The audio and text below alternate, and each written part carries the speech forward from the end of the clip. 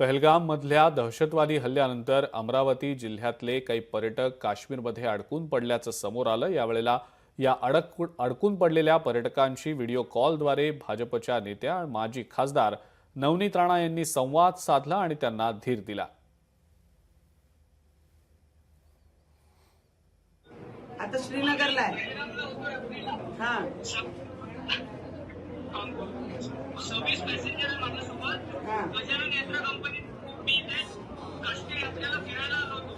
पहलगामला जो आतंकवादी हमला झाला तो बरसाना या ठिकाणी झाला होता। आम्ही सर्वजण पेंटाल व्हॅलीमध्ये होतो। तो थोडा एक किलोमीटर अंतरावरचा स्पॉट आहे। आता श्रीनगरला आहे ना।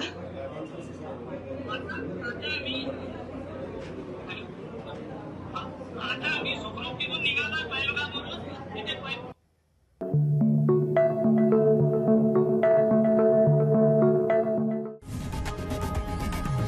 लोकशाही मराठी ऐका, पहा, जागरूक रहा।